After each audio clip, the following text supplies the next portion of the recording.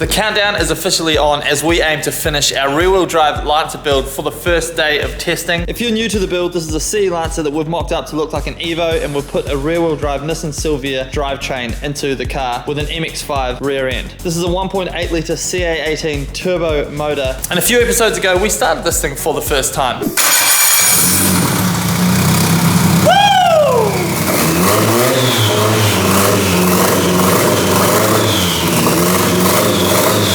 Which means now we are into all of those little jobs, and today we are fitting up the fuel system into the back of our car. Because we put the MX-5 rear end in this car, it meant that we had to remove the original fuel tank because it was right in the way of where our diff and drive shaft needed to go. Of course, that means we need to refit something to supply fuel to the motor. And what we're going to be using is this fuel cell right here. It's a 40 litre capacity fuel cell. We're going to be modifying it slightly, obviously, to fit into the back of our Lancer, but we'll also be using this, which is a surge tank. So because our fuel tank is not baffled and we're going to be taking this to the track, drifting it and grip racing it, we need to make sure that the fuel doesn't slosh around in the tank and basically starve this thing of fuel. So how the surge tank works is we get fuel from the fuel cell, it gets pulled into the surge tank via a fuel pump, and then as you can see here, we've got a fuel pump in this tank. So this tank is basically always full of fuel, and this is where we get the fuel from here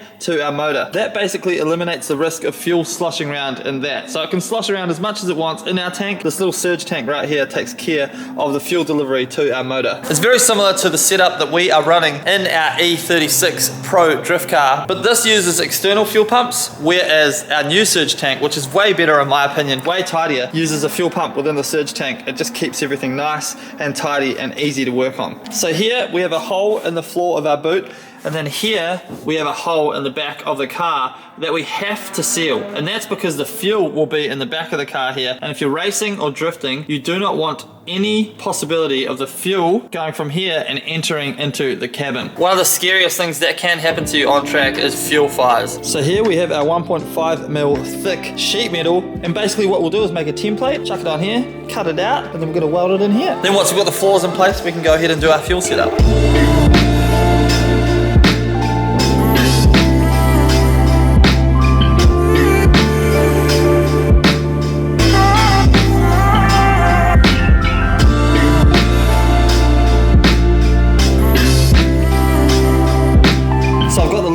Piece of sheet, and I've got the jack underneath because when you put the sheet on, it wants to dip in the middle, I noticed, and obviously we want it to be as nice and flat as possible. So the level on there, we're going to tack a bit, and then I'm going to move the jack forward because it still wants to dip up here, and then make sure it's all level up there as well, and then we'll put our second piece in. But I'm stoked to have a boot back in this thing though, it's so good.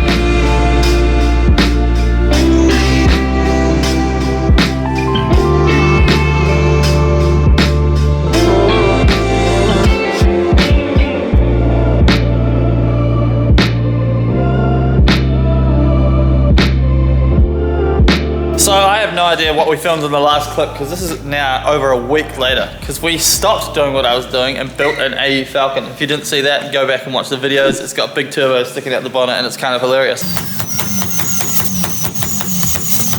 But we're back working on the Fevo and I'm stoked. Taking a break from the fuel setup that you guys just saw, and we're gonna get these rear guards done. So I have 30mm spaces to go on the rear, and I've wanted to fix the rear fitment ever since we started building this car because that is just not going to cut the mustard and it hurts me every time I look at it. So I've already done a mount for the rear bumper. That is right here. So we've welded on tabs. It's got a riv nut in there, and that's how the rear bumper mounts, which is rad. And then of course, that all gets hidden by our beautiful Evo flares anyway, which is sweet. So we're gonna pull these off. And what we're gonna do is, we're gonna cut our stock guards all the way up to the door so that we can get our car nice and low. And we're also gonna get rid of the lip here as well. And we'll do that, we'll finesse that around the tire once we've actually got the car low so that the car can tuck the tires up into the guards without any clearance issues. Also what we need to do is extend the top arm on the subframe.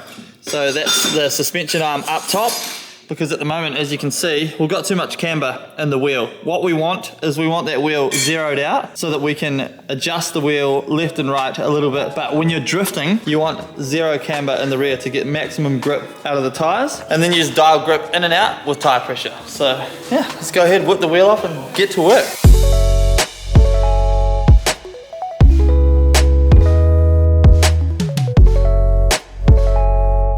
so we've completely taken apart the whole back end, well, brakes and everything of the car. We've got the arm out as well. And what we did was put a wheel on, and I measured basically the length we need to add to the arm to have zero camber on the wheel when it's on the ground. And then we just adjust our alignment via the eccentric bolts at the bottom on this bottom arm. That is the reason that I put the MX-5 rear end in this car in the first place. Super basic. Single top arm, single bottom arm, adjust everything via the bottom arm. Very, very simple. This car is going to be simple but effective, hopefully, fingers crossed. So over here we have the arm, and we have the piece of box section that we've cut out 10 millimeters long. We've got to cut the arm, weld it in, and that's literally it. Simple. And while we're doing that, Nathan is adding tabs to our fuel cell so that we can mount the fuel cell. It's over there. And you've got your nice safety glasses on. It looks really good, mate. Yeah, Mike can't, it's not in the YouTuber budget. He's only got one pair for the factory. I have negative $50 right now, so it's good. Let's go.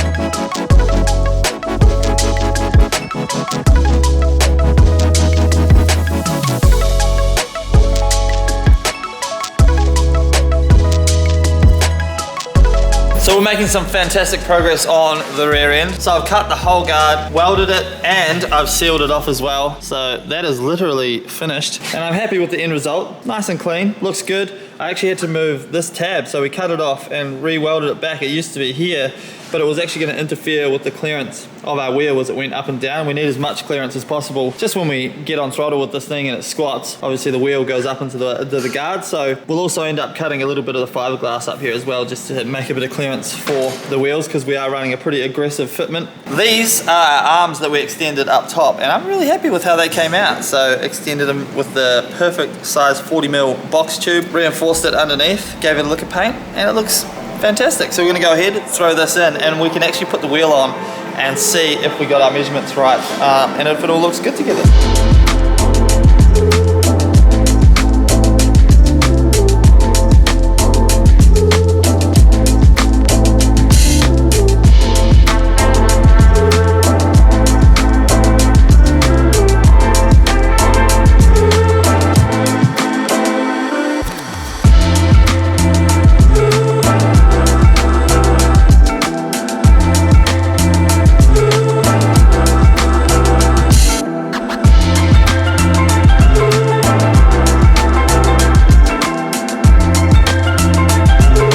So we have completely nailed the fitment on the rear of this car, and it looks so much better. What do you think, Nathan? Best Lancer I've ever seen. I think that is the best Lancer you've ever seen. It's the best Lancer anyone's ever seen. Look at this. So this is how she is going to run. Absolutely spot on. Perfect for the street, perfect for the track. Not too aggressive. It's got a little bit of camber in it still, as you can see there, so we can still dial more out if we want and have it like completely flush with the guards. We're still going to cut these lips out so that it's quite flush and so that it doesn't damage the fiberglass, because these are super hard to find. But like as it sits, that looks so good. Like now that the fitment's good, the rear bumper looks so much better as well. So here's the fitment before. Oof, not the best. And here's the fitment after. Absolutely spot on.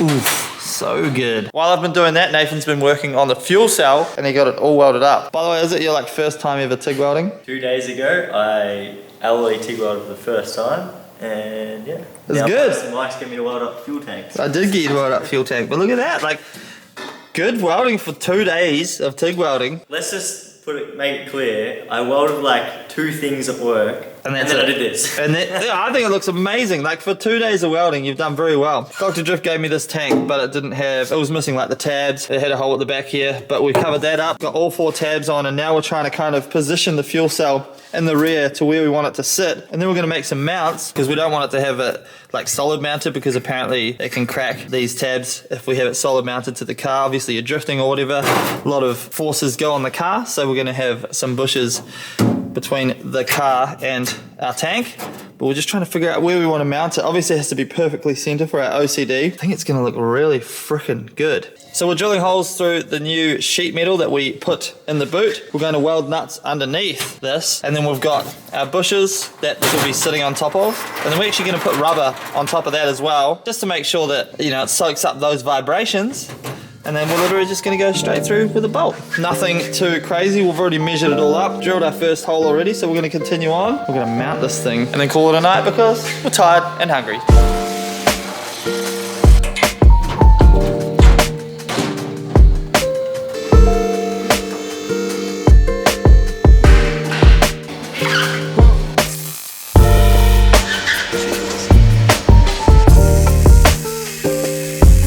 So it's all welded under here. All we literally did was weld the nuts to the underside. But Nathan mentioned, and we're definitely gonna do it, we're gonna add some support under here just because obviously the fuel cell is right here. Because once you fill the fuel cell with fuel, obviously, like, you know, there's a bit of weight on it under here. And we just wanna make sure that it's all gonna be absolutely Mickey. So yeah, we'll probably put maybe a cross brace or even just a bar that goes straight over here just to support the middle. And we're also gonna run a jacking bar that goes under here so that it's really easy to jack the car up from the rear. You probably might see it just under the bumper. It'll look pretty cool. It works. That's so good. Dude, that is so solid. How good. Also, we're not using these fittings. Don't judge me. They were just there so that Just to protect the threads while moving it around. fuel cell mounted, so good. There's such a big job done. That's one of the big jobs on the list that I've been wanting to tick off for a while, but it's really easy to procrastinate. Mostly because I've never done an external cell before. Neither of you. No. First time for both of us. So Thank God. yeah, it's actually just worked out really well. First time for everything. We'll mount an external pump here that'll feed the surge tank, and then obviously this pump here feeds the motor. So we're gonna paint the boot as well, make it all nice, probably textured black, just to make it look all tidy. We've got to seal all this stuff off as well, seam sealer and everything. So, and then the battery mount goes here, and then it'll be in a box. So the boot's just gonna look all super tidy. Still got to put the firewall in. I really wanted to fit the rear interior in this video, but I was way too ambitious. Like, yeah, even just doing this took ages. Mostly because we're trying to do this build to a high standard. That just means things take longer, and you can't rush them, even if it is for YouTube. But easily the best build we've ever done on this channel. Woo! Look at that, when you shut the boot though. Get out of town. We don't have the side skirt fitted, but here's a quick front view. The side skirt literally changes everything, but like the fitment though is just absolutely perfect. I've also started to work on the front to get this all shaved down super nice. So I'm gonna start getting that bodywork done in the background. Aiming to have this car painted in like the next 2 weeks, which is, when I say that out loud, very scary because it's not very much time. But I really wanna make moves on this thing and start getting it ready. I mean, the fuel setup's in now, so we just need to get the fuel lines done. Then we can have fuel actually running to the motor. Then we can run the motor again. We need to put all the intercooler piping in, hook everything up properly, and we still need to do an exhaust. So yeah, we've still got a fair amount to do. Look at that front bumper. This is so good. This thing is gonna look absolutely dumb. Some of these videos are a little tedious in terms of the jobs that we have to do, but this is part of building cars. Not everything is always fun and putting coilovers in and wheels on. Sometimes you got to do the jobs that need to be done. Nonetheless, I enjoyed this episode. I hope you enjoyed it too. Hit that like button if you enjoyed it, subscribe, and all that jazz. I think we're almost at 40K subscribers, which seems pretty mental to me. We have to do something special when we hit that. Go grab yourself some stuff off droptheanchor.com.au. That's my business if you didn't know. Drop the Anchor, and also Two Step Garage if you want some car stuff. Thank you guys for watching. Thank you, Nathan, for helping. Woo! Yeah, nice. Awesome. See you guys in the next video. Peace. We've got this thing with a fuel cell and good fitment on one side. The other side's still crap because this is YouTube. Bye.